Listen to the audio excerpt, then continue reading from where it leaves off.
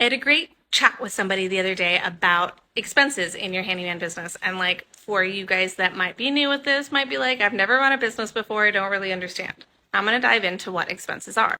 Now, full disclaimer, I am not a CPA. I am not an accountant. This is not legal. This is not financial advice. Go talk to an accountant and CPA. They should be one of your very first hires as you build your business.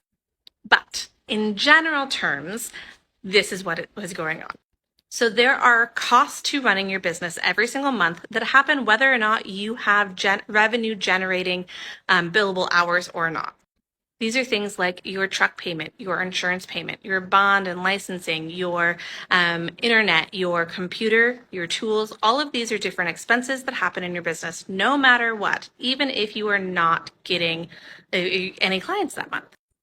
So expenses are a tax deduction. When you go at the end of the year and do your federal taxes, they'll say, okay, you made $100,000, but you had $60,000 in expenses, then they're only going to tax you on that remaining $40,000.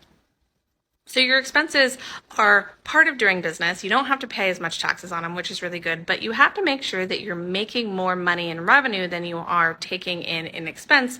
Otherwise, you're going to be out of business. Another expense is payroll. Now, if you are a solo handyman and it is just you, yourself, and you, then you only have one payroll to worry about, but you still need to pay yourself, and it is still an expense.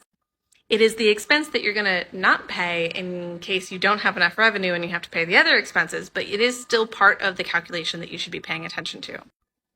Okay, the next expense are COGS, cost of goods sold. So these expenses only happen when you get a job, and they are job specific. And generally with contracting and handyman businesses, this is expenses that you're going to give back to the client and usually charge a markup on.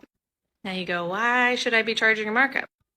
We can have a different video about the pros and cons of markups. Basically, all pros are for the business, all cons are because a client doesn't want to pay for it, but I'll do another video at some point. But let's go back to COGS. So let's say you get hired to refinish a deck and you have lumber that you have to purchase.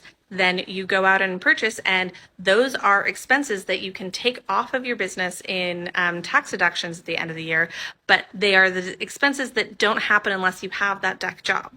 And then you rebill the customer, which gives you more money, and then you add a markup so that you say, okay, I bought that for $100. I'm going to charge you $125 for the expertise and the expense and the experience of going and getting it, which is totally normal. So those are the main things when it comes to expenses in your business. And if you've got more questions, talk to a CPA because, again, I'm not one.